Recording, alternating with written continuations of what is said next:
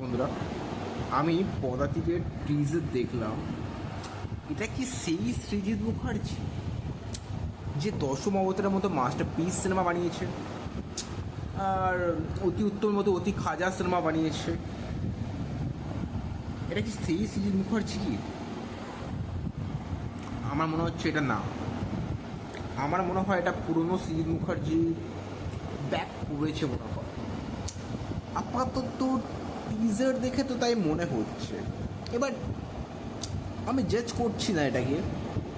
Colour grading ঠিকঠাক, মানে আমরা সৃজিত মুখার্জি সিনেমায় গুমনামিতে এরকম কালার গ্রেডিং দেখেছি, মানে নতুন কিছু প্রোভাইড করছে না। এবার এটা Mrinal Sen, one of the finest Bengali film maker, তার বায়োপিক। আর আমাদের one of the finest Bengali film maker Srijit Mukherjee, সেও করছে এটা। মানে দুজন ফাইনেস্ট ফিল্ম মেকার, বুঝতেই পারছেন কি মানে বিশাল একটা কোলাবোরেশন রয়েছে এর মধ্যে। একটা ফাইনেস্ট ফিল্ম মেকার আর একটা ফাইনেস্ট ফিল্ম মেকারের বায়োপিক তৈরি করছে, তো এটা বিশাল বড় একটা অ্যাচিভমেন্ট, আর কিছু বলার নেই। এবার আমি আসি যে টিজারটার বিষয়ে। টিজারটা একটা অ্যাভারেজ টিজার বললেই চলে, কারণ এটা অনেক পলিটিক্যাল বিষয় রয়েছে এর মধ্যে অনেক কিছু, এবং এর টোনটা অনেক বেশি ডার্ক। এটা খুবই রিয়েলিস্টিক সিনেমা হবে। আর চঞ্চল চৌধুরীকে সিরিয়াসলি বলছি, একদম পারফেক্ট লাগছে। সত্যি যেন মনে হচ্ছে যে মৃণাল সেনকে দেখছি as a actor. Chanchal Chowdhury এখানে পারফেক্ট, কিন্তু আমাদের বৌদি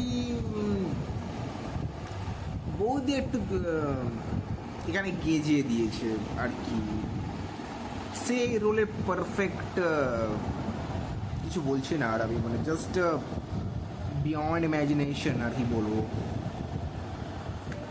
আর music BGM is average. Srijit মুখার্জির স্পেশালিটি কি, উনি বেশি বেশি ভাবনা চিন্তামূলক সিনেমা বানাতে বেশি পছন্দ করেন, এবং সে সিনেমার মধ্যে অনেক কিছু ডিপ মিনিং থাকে। আমার মনে হয় এই সিনেমার মধ্যেও থাকবে। এই সিনেমাটার মধ্যে যে একটা কালার টোন, আমার এটা ভাই বারবার আমার চোখে লাগছে। সেই এক, আমরা ব্ল্যাক অ্যান্ড হোয়াইট মানে এতটা এক্সপেরিমেন্টাল হওয়ার দরকারটা কি? সিনেমাটা কালারে বানালে কি প্রবলেমটা কি ছিল? আমি এটা বুঝতে পারছি না।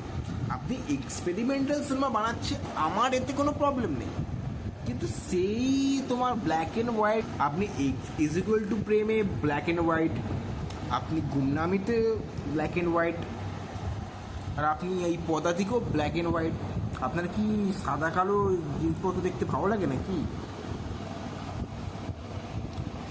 মানে এগুলো দেখে জাস্ট মনে হয় যে একটা মহান ফিল্ম মেকার না হলে এটা সম্ভব না। One of the finest film maker in Bengali cinematic history. মানে সৃজিতার মতো ফিল্ম মেকার হয় না। তবে যাই বলা যাক, আমার কিন্তু টিজারটা কিন্তু সব মিলিয়ে কিন্তু ভালোই লেগেছে।